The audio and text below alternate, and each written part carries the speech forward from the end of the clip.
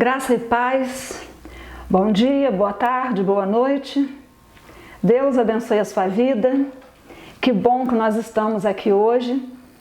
Estamos sob efeito do encontro que nossa igreja teve durante o dia de hoje.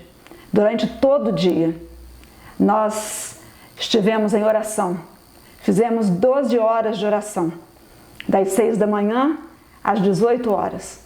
Orando pelo nosso país, pelos outros países, orando por essa situação da pandemia, orando pelas pessoas que ainda não têm Jesus como seu Salvador, orando pelas nossas células e pela missão da igreja de levar Jesus a todos os corações. De modo que nós estamos um pouco cansados, mas muito felizes pela oportunidade de passar o dia todo em oração ao Senhor. Louvado seja o nome do Senhor. Interessante que a Bíblia diz que há tempo de abraçar e tempo de deixar de abraçar. Mas no que diz respeito a divulgar a palavra de Deus e a oração, a Bíblia diz diferente.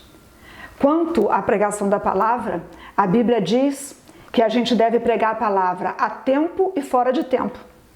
Pregar a palavra de um modo informal, andando pelo caminho, ou de um modo formal, assentado com seus filhos ao redor da mesa. Quanto à oração, a Bíblia diz: orai sem cessar. E graças a Deus, nós hoje passamos o dia em oração e agora queremos, dentro de alguns minutos, ministrar a palavra santa do Senhor. Mas eu tenho aqui em minhas mãos a Bíblia Sagrada, aberta em Gênesis capítulo 22. E aqui conta a história de quando Deus pede para Abraão o seu filho Isaque. Essa história é uma história tremenda, que mexe muito conosco, e eu quero destacar desta história o seguinte: depois de toda a viagem, quando Abraão vai subir ao monte para entregar Isaque, ele vira para os seus moços, ali para os seus ajudantes, e ele diz assim: fiquem aqui com o jumento, enquanto eu vou ali com o menino adorar a Deus. E daqui a pouco estaremos voltando. Sabe o que Abraão ia fazer? Ele ia entregar o seu melhor.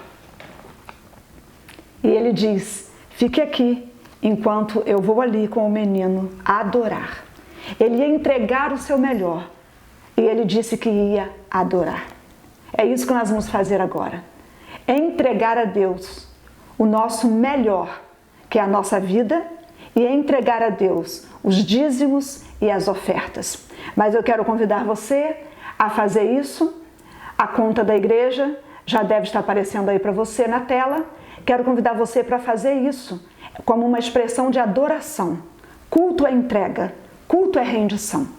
Então, entregue o seu coração e contribua também com o que Deus colocar no seu coração, ou mediante a obediência à palavra de Deus, de modo que a igreja tenha recursos para continuar a realizar a obra do Senhor.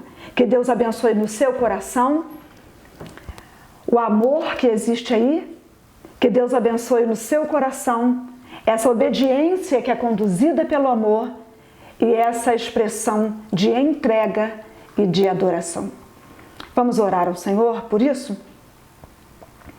Pai querido e amado, nós nos colocamos na Tua presença, muito gratos por tudo quanto o Senhor nos tem feito, pelo cuidado, pela salvação, pela oportunidade de pregar o Evangelho.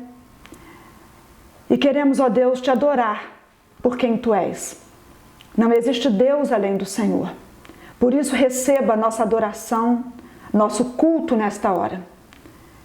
Nós queremos agradecer ao Senhor pelos irmãos que se movem em entregar dízimos e ofertas nesta hora. Agradecemos ao Senhor pelo dia passado em oração na Tua presença. E entregamos ao Senhor todos quantos estarão ouvindo a mensagem que pregaremos dentro de instantes. Que o Teu Espírito Santo venha ministrar ao nosso coração. Seja adorado, exaltado, engrandecido, porque ao Senhor pertencem a honra, a glória e todo o poder. Obrigada pela Tua palavra que não está presa e obrigada pela oportunidade de, junto com a Igreja Batista da Graça, ministrá-la a tantos corações. Em nome de Jesus nós oramos, agradecidos. Amém. Debaixo da misericórdia do Senhor, suplicando a direção do Espírito Santo, como já fiz a sós com Deus, mas o faço mais uma vez, quero convidar você para refletirmos sobre a igreja e a violência social. Em 31 de outubro de 1983, um rapaz chamado Vladimir Tomarevski chegava à sua casa na hora do almoço. Sua esposa, muito dedicada, com a sua filhinha de 1 ano, ela já estava com a comida pronta, o almoço pronto, e ela diz ao seu marido: almoce, você está cansado. Seu nome era Laura. Eu vou ao banco com Thalita, a bebezinha, para pegar o nosso dinheiro. Vladimir, então, prepara o seu prato, senta à frente da televisão e vai almoçar. Quando Laura chega no banco, com a sua filhinha no carrinho de bebê, entram alguns assaltantes no banco e aqueles assaltantes começam a trocar tiros com os guardas. Nesse momento, um dos assaltantes chega de um modo extremamente estúpido, coloca o revólver na cabeça da Thalita, a bebezinha, e diz: mande essa droga calar a boca, senão eu estouro os miolos dela.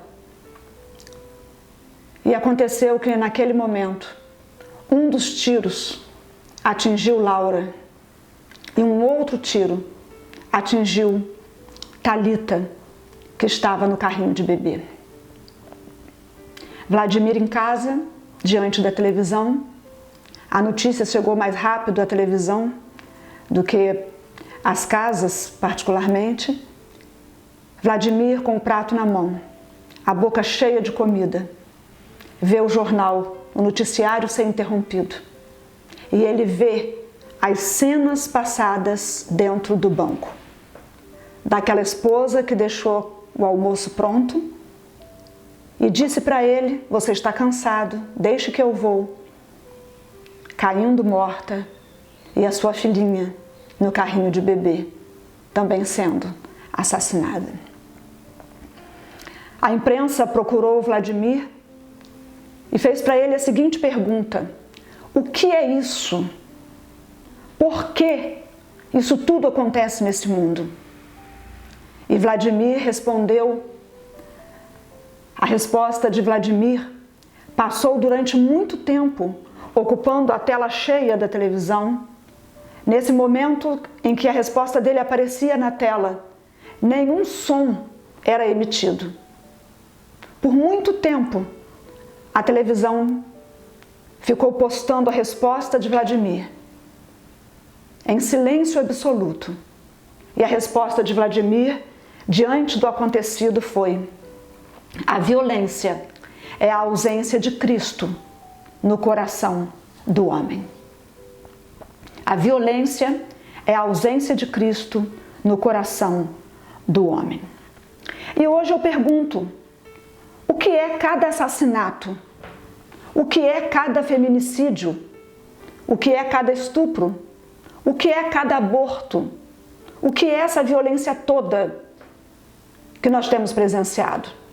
Nós vivemos em um mundo violento. Violência doméstica, física, emocional, violência no futebol. A corrupção é um modo de violência. Um desrespeito sem fim, que também é violência. Violência por causa da diferença de gênero, violência contra animais, feminismo violento, machismo violento, violência contra a criança, violência racial, bullying, a violência do abandono, violência na competição, violência por preconceito religioso ou um preconceito religioso que é violência. Hoje tenta-se resolver tudo através da violência, tentando cada um a todo custo ter a razão, dar a última palavra. Parece que a sensação das pessoas é que se a última palavra não for delas, que elas estão ficando por baixo, que elas estão humilhadas. Parece um medo de ser feito de bobo. Ou seja, como diz Augusto Cury, frágeis usam violência, fortes usam as ideias. Aqueles que mais atacam são, na verdade, aqueles mais cheios de medo e mais inseguros. A luta não gira em torno do mais coerente a se fazer, em torno do que é mais prudente, mas a luta gira em torno do eu de cada um. É meu, é meu, é meu, meu direito, minha posição, meu dinheiro, eu posso, eu tenho, eu quero, porque eu, e assim vive a sociedade. E o próximo? Próximo? Que diferença faz? Covid? Não morreu ninguém da minha família. Estou recebendo meu salário todo mês. Tá tudo bem. Melhor trabalhar a cabeça e fazer da quarentena umas férias. E o nosso próximo, que sofre do nosso lado, o sofrimento dele muitas vezes não toca o nosso coração.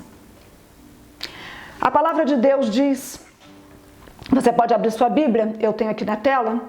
A palavra de Deus diz em Tiago, capítulo 4, de 1 a 3, um texto extremamente atual, aleluia. A Bíblia é o livro mais antigo e mais atual. Tiago 4, de 1 a 3, diz assim: de onde vêm as lutas, as brigas entre vocês? Elas vêm dos maus desejos que estão sempre lutando dentro de vocês. Eu estou lendo na Nova Tradução da Linguagem de hoje. Elas vêm dos maus desejos que estão sempre lutando dentro de vocês. Vocês querem muitas coisas, mas como não podem tê-las, estão prontos até a matar, a fim de consegui-las. Vocês as desejam ardentemente, mas como não conseguem possuí-las, brigam e lutam. Não conseguem o que querem porque não pedem a Deus. E quando pedem, não recebem, porque os seus motivos são maus. Vocês pedem coisas a fim de usá-las para os seus próprios prazeres. Hoje em dia não se pensa mais no outro. E não pensar no outro vai totalmente contra o Evangelho de Jesus Cristo, totalmente contra a visão de uma igreja em célula, que é banhada por um estilo de vida solidária, um estilo onde se serve até aqueles que a gente não conhece, um estilo onde servimos até aqueles que aos nossos olhos humanos não merecem.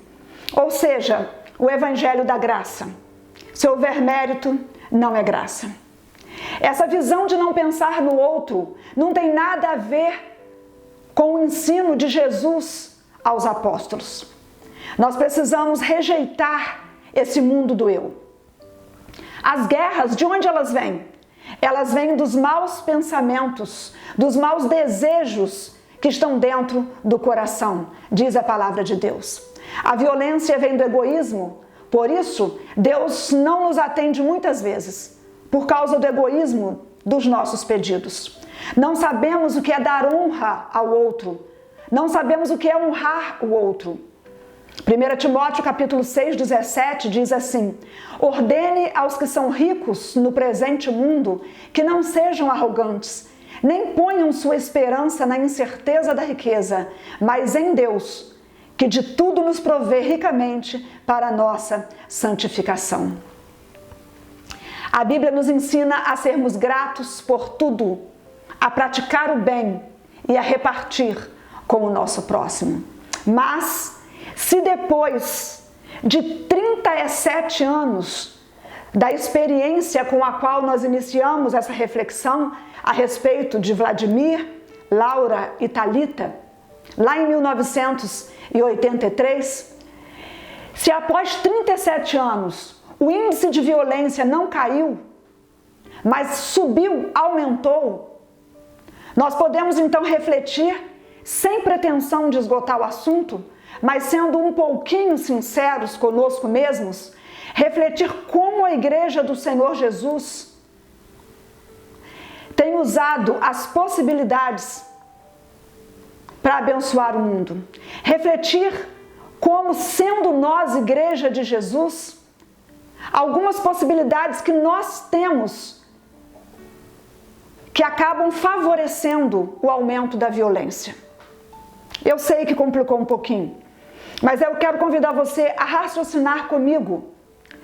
A primeira possibilidade: será que a violência não é reflexo de muita religiosidade com o nome de cristianismo? Será que a violência hoje não é o reflexo de muita religiosidade com o nome de cristianismo? Cristianismo é Cristo. Se não vivermos a partir de Cristo, não é cristianismo. Há um povo que se diz cristão, mas nós não encontramos de Cristo nesse povo.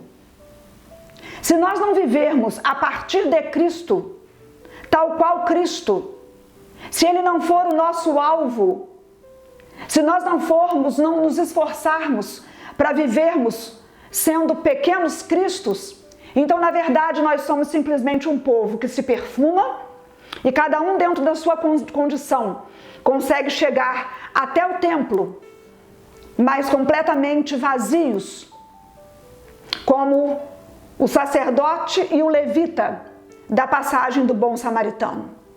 Um povo religioso cuja fé não gera obras e frequenta o templo por satisfação pessoal, um culto para si, uma música para si, um templo para si próprio. Porque é inadmissível, é um paradoxo. Como pode crescer o número de cristãos e crescer o número de violência? Se cresce o número de cristãos, tem que diminuir a violência. Porque ser cristão é buscar ser como Cristo. Se não houver transformação na vida, então não houve conversão genuína a Jesus. Jesus sempre viveu promovendo a paz. Jesus sempre viveu promovendo a reconciliação. Jesus sempre valorizou a justiça. A igreja, ela deve ser terapêutica, o púlpito deve ser pedagógico, a igreja deve ser um instrumento de cura, mas ela precisa ser alcançada pela visão do sacerdócio universal. No tempo em que nós vivemos, cada casa é um templo, cada membro é um ministro, é um pastor, todos são diáconos. O pastor não é o ungidão, o pastor é o servo, tão servo quanto os demais irmãos, que junto desejam levar Jesus ao ser humano em todas as áreas da sua vida. Não levar Jesus e deixá-lo sem a luz elétrica, não levar Jesus ao coração dele e deixá-lo sofrendo com dor sem remédio, sem condições financeiras. Eu estou aqui hoje como pastora dizendo a você que a responsabilidade é da igreja. A responsabilidade não é deste irmão e nem do pastor, mas é minha responsabilidade como pastora dizer para você que nós, se já mudamos, precisamos mudar mais. Igreja Batista da Graça, se nós já mudamos, nós precisamos mudar mais. É triste, é vergonhoso mencionar, mas com honrosas exceções, quantas vezes existe também a violência no meio eclesiástico? Existe violência no meio evangélico, dentro da igreja que se diz cristã, onde em nome de um título uns humilham os outros, onde existe a divergência de ideias, isso é saudável, mas violência, ofensas entre um povo que prega o amor, que prega a paz em Jesus, olha, é muita gente doente para o mesmo recinto. É muita doença precisando, na verdade, de cura de Cristo para o seu interior e cura para as suas emoções. Repito que, com honrosas exceções, há momentos de dízimos e ofertas em algumas igrejas que é um verdadeiro assalto, onde se usa e abusa da fragilidade do outro, com argumento de promessas que Jesus nunca fez. Esse é também um modo de violência. Isso também é violência. Pela terceira vez, com honrosas exceções, ainda há congregações ditas cristãs, quem sabe até bem intencionadas, mas com uma deformidade na interpretação bíblica ou uma deformidade na sua educação espiritual, onde o pastor não serve, não trabalha, não põe a mão na massa junto com a membresia, mas ele fica sentado no seu trono, dando ordem para os seus súditos e de um modo autoritário ainda argumenta: você é meu discípulo, faça o que eu estou mandando. Tudo isso, ao invés de acolhimento, de cooperativismo, ao invés do acordo, do reconhecimento da importância do outro, do reconhecimento da importância do saber do outro, tudo isso ao invés de se munir da toalha e da bacia com água, para estar lavando os pés uns dos outros e juntos adorar Jesus. Sabe, é muita religiosidade que nós vemos hoje com o nome de cristianismo.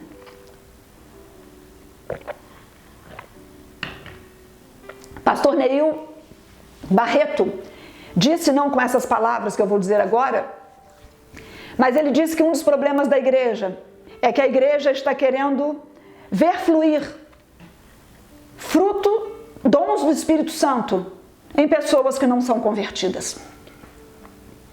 Será que não é muita religiosidade com o nome de cristianismo?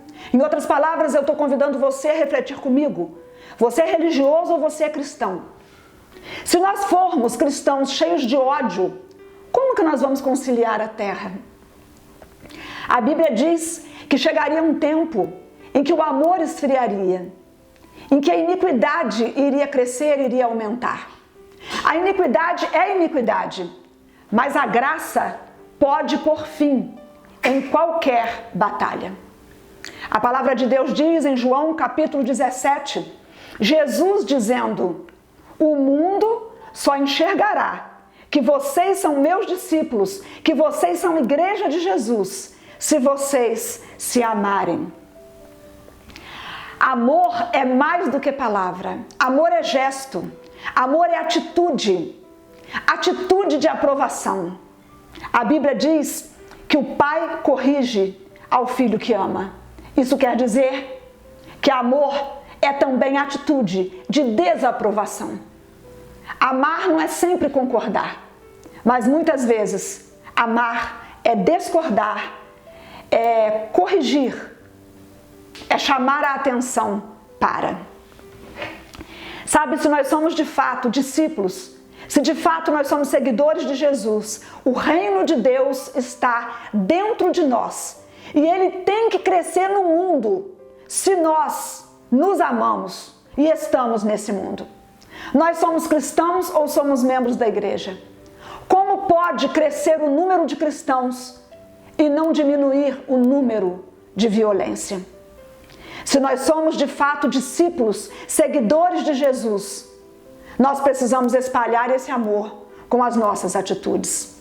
Se somos cristãos, por que às vezes somos violentos? Não havia violência em Jesus. Segundo lugar, eu chamo você para refletir comigo se toda essa violência que existe hoje também não é resultado da vagarosidade ou da lerdeza da igreja em pregar o evangelho. Será que essa violência toda crescendo não é porque você está devagar demais? Jesus passava por Jericó e ele viu um homem do governo, um político, em cima de uma árvore. Era um cobrador de impostos. É claro, ele não era honesto. Ele cobrava além do que ele deveria cobrar. E Jesus não disse para aquele homem: desce, eu quero ir à sua casa. Jesus disse para aquele homem: desce depressa. Jesus disse: desce depressa. Sabe por quê?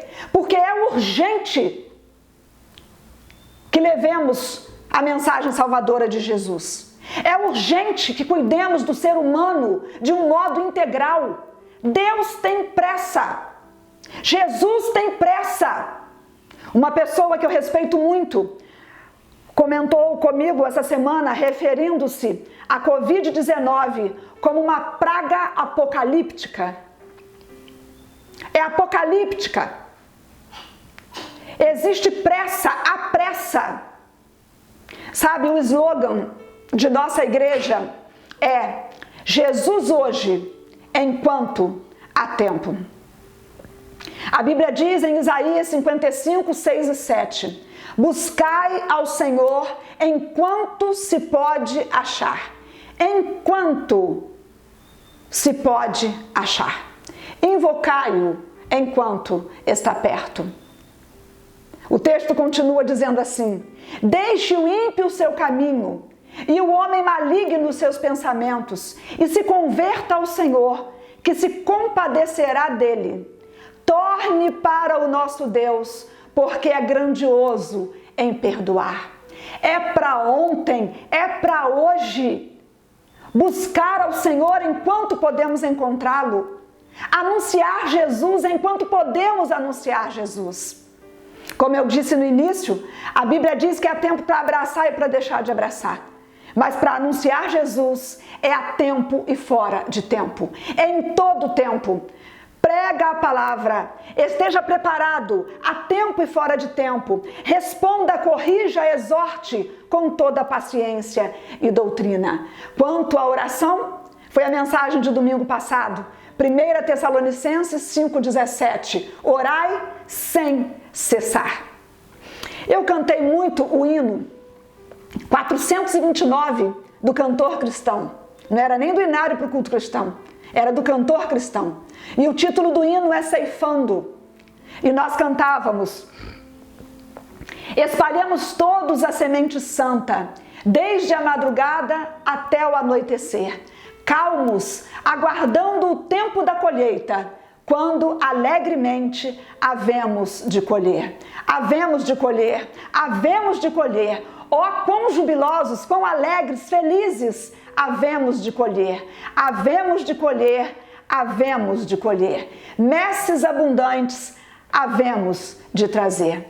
Eu não sabia o que é messe, né? Mas cantava, acreditava no hino. Messe quer dizer um terreno próprio, pronto para pegar os frutos. Preguemos, espalhemos a semente santa, porque alegremente, logo, logo, teremos um terreno pronto para colher os frutos. E nós temos ouvido tanto pregar na visão do DNA, que há uma grande colheita para ser feita. O coração das pessoas está um terreno fértil. Há uma grande colheita para ser feita. Jesus Cristo está voltando. A colheita já está começando. Eu quero fazer parte desta colheita.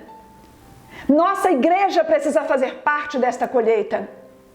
Então nós precisamos espalhar a semente santa, desde a madrugada até o anoitecer. Deus tem pressa. Vamos sair da carroça, irmãos. Deus tem pressa. Vamos anunciar Jesus. Vamos online, que é mais rápido. Ah, online? É online que se prolifera a pornografia. É online que os golpes estão sendo dados. Online que assaltos estão sendo feitos. É online que o pecado está sendo espalhado. Se nesse tempo é online, vamos online. Essa foi a semana de colhermos frutos de nossas microcélulas. Louvado e exaltado seja o nome do Senhor. Minha célula ganhou, acho que 7 novas pessoas que vieram das microcélulas. 9 pessoas, está aqui minha fiel auxiliar me ajudando. 9 pessoas novas que participaram de nossas microcélulas. E o que nós temos que fazer agora? Ensinar essas pessoas a serem discípulas de Jesus e fazerem outros discípulos. Aleluia!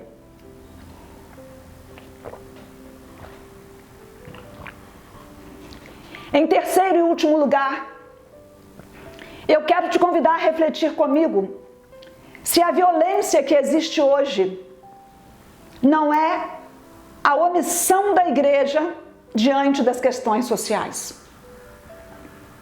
Por que cresce o número de gente crente? Cresce o número de evangélicos? As igrejas crescem, mas a violência não diminui. Por que a violência cresce também? E por que às vezes tem violência até no meio evangélico? Já fizemos 2 reflexões e eu gostaria que a terceira fosse: será que a violência é a omissão da igreja ante as questões sociais? Permita-me citar mais uma vez Augusto Cury. Ele diz: a violência não é causada apenas pela ação dos tiranos, mas também pelo silêncio dos que se calam. Lá em Neemias, capítulo 5, Neemias foi um líder que deixou para nós muitos exemplos de liderança. E lá em Neemias, capítulo 5, a gente vê Jerusalém em perfeita ruína no seu contexto social. E Jerusalém estava assim por causa ainda como resquícios deixados do cativeiro.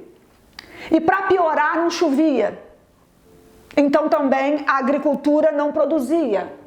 Aquele povo tinha fome e aquele povo estava sendo extorquido. Você sabe, você que já leu Neemias, que Neemias sofreu também extorsão.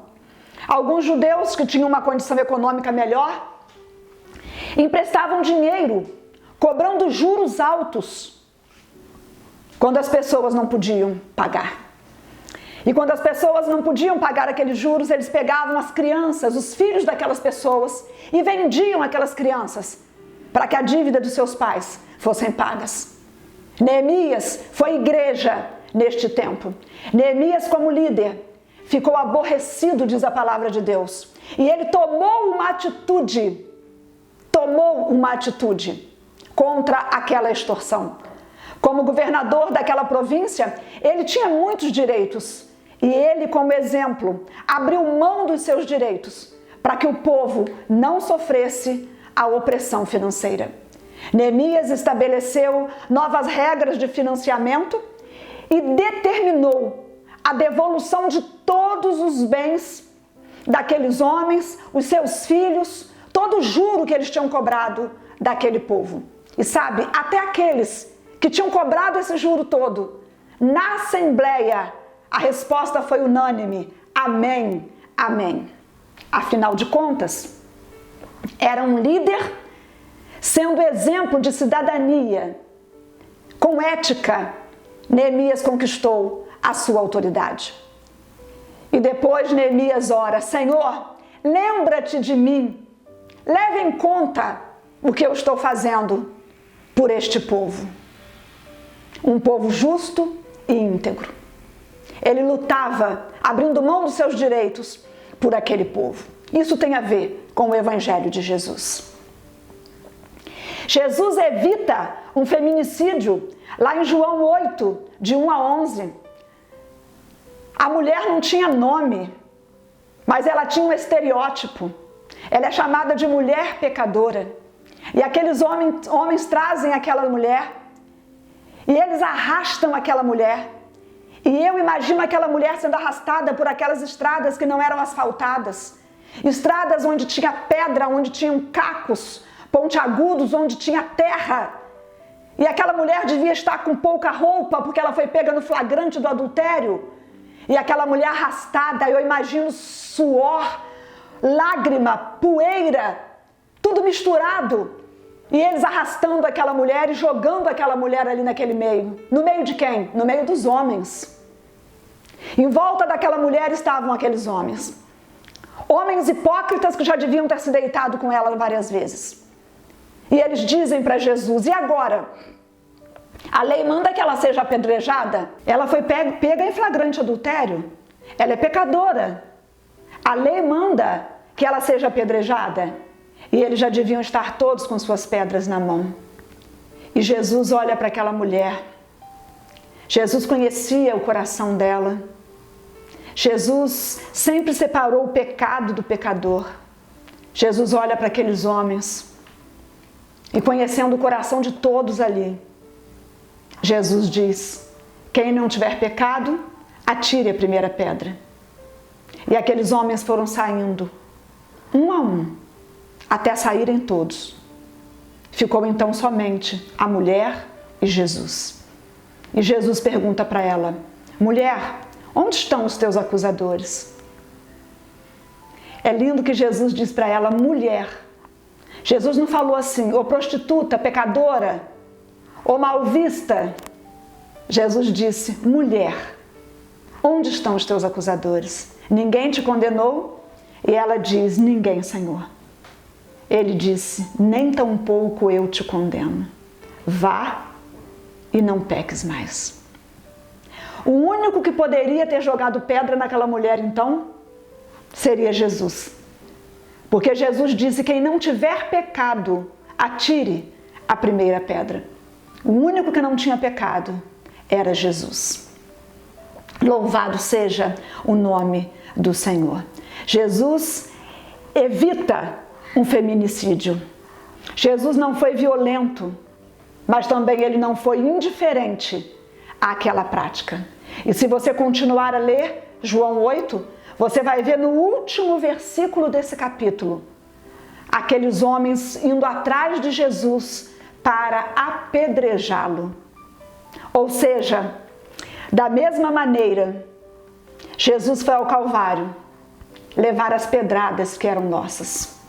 Ele foi ao Calvário assumir os açoites que eram seus e que eram meus. Os espinhos, a lança que furou o seu lado, era minha e era sua. Jesus foi ao Calvário. A morte, o salário do pecado, Jesus enfrentou em nosso lugar. Ele foi crucificado, morto, sepultado, ressuscitou ao terceiro dia, apareceu primeiramente para uma mulher de quem ele havia expulsado 7 demônios. Jesus fez várias aparições, orientou aos discípulos que permanecessem em Jerusalém até que a promessa fosse cumprida. Do alto viria o Espírito Santo. Jesus disse que voltaria para o Pai, mas que continuaria com eles. Jesus disse que iria para o Pai, mas que mandaria o outro. Outro quer dizer alguém igual, alguém semelhante a. Jesus mandaria um semelhante a ele, que era o Espírito Santo. E Jesus passaria a viver neles através do Espírito Santo. E esse Espírito Santo seria a força para a igreja não ser violenta. Seria a força para a igreja pregar, anunciar Jesus Cristo a toda a humanidade. Jesus então vai para o céu. O Espírito Santo desce no dia de Pentecoste. E hoje a igreja de Jesus já está espalhada por toda a terra. Mas as histórias como a de Vladimir, Laura e Talita, as histórias como a da mulher pecadora, como a situação de Jerusalém, onde estava Neemias, continuam até hoje. A igreja precisa se levantar e ser presença de Cristo na sociedade. Ser presença de Cristo nessa sociedade sofrida. Efésios capítulo 2, verso 10 diz: pois somos criação de Deus, realizada em Cristo Jesus para vivermos em boas obras, as quais Deus preparou no passado para que nós as praticássemos hoje. Jesus nos criou para colocar o amor em prática. É um problema social? Ora, a igreja é parte da sociedade. Quando nós falamos que a igreja está no mundo, ela está inserida na sociedade. Jesus sempre viveu promovendo a paz. Jesus sempre viveu realizando ação social. Jesus sempre viveu apaziguando, reconciliando. Jesus sempre viveu sendo justo. Dai a César o que é de César.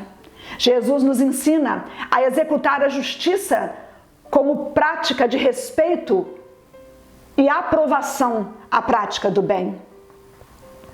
O que nós temos, além de ser para o nosso bem, é para abençoarmos o nosso próximo. Vivemos nesse mundo egoísta, cheio de cobiça. Queremos ter e não prestamos a atenção que devemos desejar ter pelo desejo de abençoar os outros. E diante da violência, e Jesus diante da violência, ele disse basta. Ele disse basta. Quando os homens foram procurar Jesus, para prender Jesus, para matá-lo, Judas, o traidor, vai junto, dá um beijo em Jesus para que pudessem identificá-lo.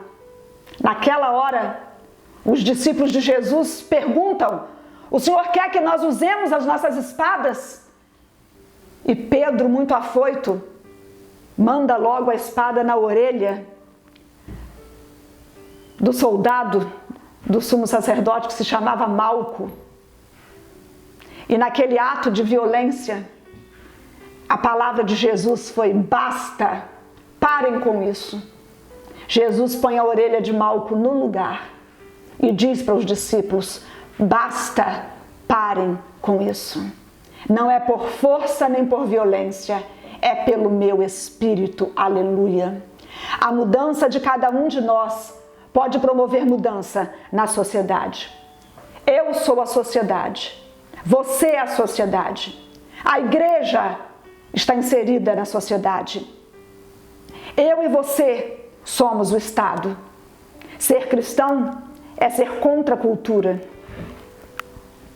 Não podemos achar que é tudo uma questão de cultura e cruzarmos os braços. Neemias não cruzou os braços. Jesus nunca cruzou os braços. Jesus fazia ação social. A Bíblia diz que ele andava por toda parte fazendo bem. Jesus valorizava e ensinava a justiça. Jesus era contra e evitou o feminicídio. Jesus respeitava e valorizava as crianças. Ele disse: deixai vir a minhas criancinhas, delas é o reino dos céus. Jesus jamais apoiaria a pedofilia. Jesus valorizou a mulher de modo que nos dá a perceber que ele não era machista.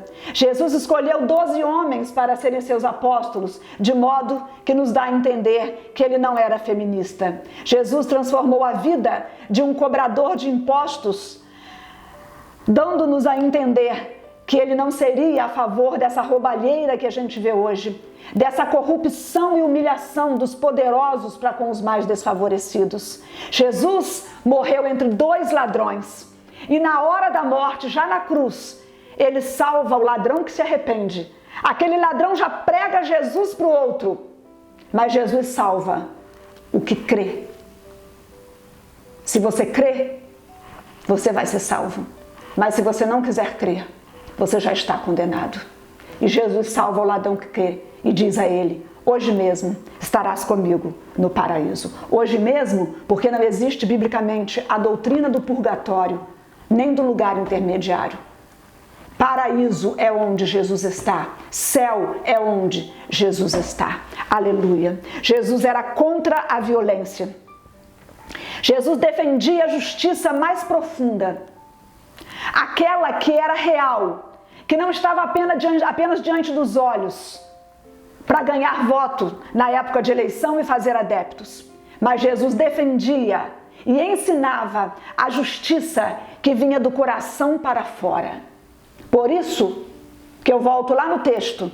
De onde vêm as lutas e as brigas entre vocês? Elas vêm dos maus desejos que estão dentro de vocês. Sobretudo o que se deve guardar. Antes dessa bandeira que você levanta, sobre tudo o que se deve guardar, guarda o teu coração, porque dele procedem as saídas da vida. De onde vêm as lutas e as brigas entre vocês? Elas vêm dos maus desejos que estão sempre lutando dentro de vocês. Vocês querem muitas coisas, mas não podem tê-las. Então vocês estão prontos a matar a fim de consegui-las. Vocês as desejam ardentemente, mas como vocês não conseguem possuí-las, vocês brigam e vocês lutam, vocês são violentos. Vocês não conseguem o que querem porque vocês não pedem a Deus. E quando vocês pedem a Deus, vocês pedem mal. Vocês não sabem pedir, porque vocês pedem com egoísmo. Vocês pedem por motivos maus. Vocês não pedem para ajudar o outro. Vocês pedem coisas a fim de usá-las para os seus próprios e egoístas prazeres. Olho por olho, dente por dente? Jesus disse: entre vós não será assim. Jesus também disse: o meu reino não é deste mundo. Aleluia, louvado seja o nome de Jesus. Ele era diferente. Jesus era, é e sempre será o príncipe da paz. Jesus vivia entre o povão.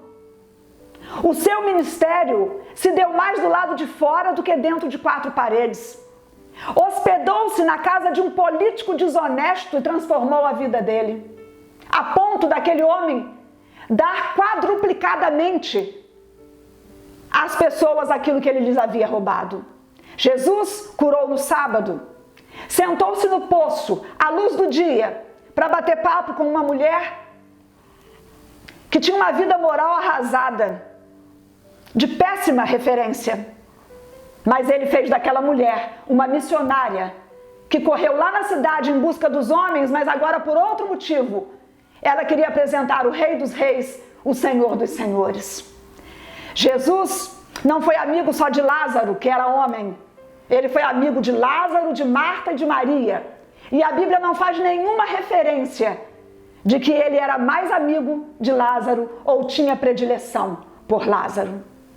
Quando a multidão vem prender Jesus para o crucificar, Jesus então diz diante daquela violência: basta, parem com isso.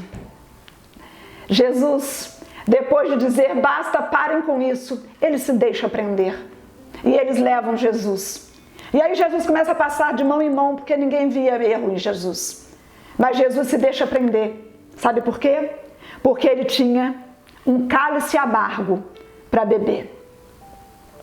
Um cálice amargo, agressor, violento. Ele tinha um cálice muito duro, que era a morte naquela cruz. Aleluia! Que cálice amargo era morrer em meu lugar. Que cálice amargo era morrer por você, racista. Jesus não faz acepção de pessoas, mas morre para salvar você, que não aceita o outro por causa da sua classe social, por causa da sua raça, por causa da cor da sua pele. Jesus abomina o preconceito, mas ama você, preconceituoso. Que cálice amargo morrer por você, agressor, violento. Jesus abomina a agressão, mas ele ama você, agressor. Que cálice amargo, basta de violência.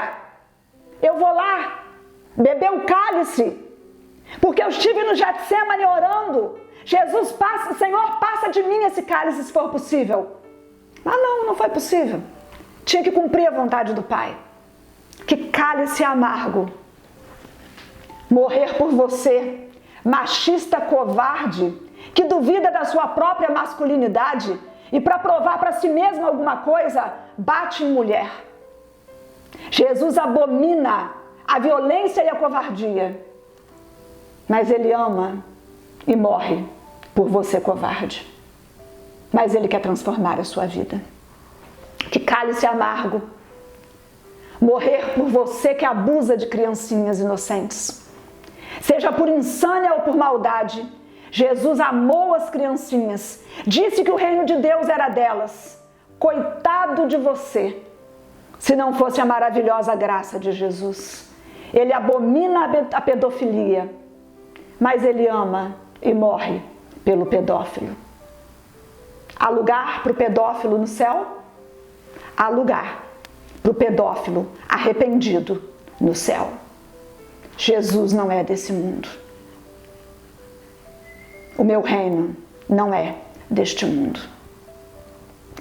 Que cálice amargo morrer por você desonesto, eleito pelo povo, que hoje rouba do povo.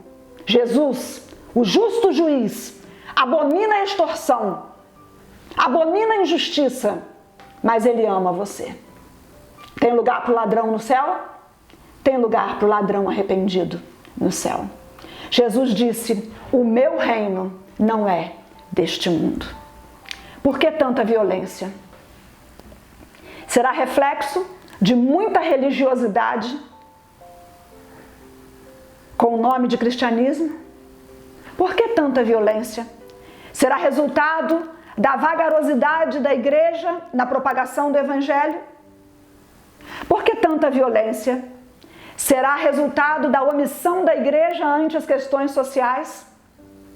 Pode ser um pouco de tudo isso, além da questão social, que demanda novas políticas públicas. Mas a mesma verdade dita por Vladimir ecoa até hoje, clamando pela ação da igreja. A violência é a ausência de Cristo no coração do homem. A minha oração é que depois de 12 horas de oração, nós lembremos que oração termina com a palavra ação. Que amor é gesto, que amor é atitude. E que o mundo clama pelo amor de Jesus, o príncipe da paz. Que a igreja se levante, através das células, online, anuncie Jesus com a vida. Não pode haver violência em nosso meio. Na Igreja Batista da Graça é diferente. Se alguém pisar no seu pé, é você que pede desculpa para ele. Que Deus te abençoe. Em nome de Jesus. Amém.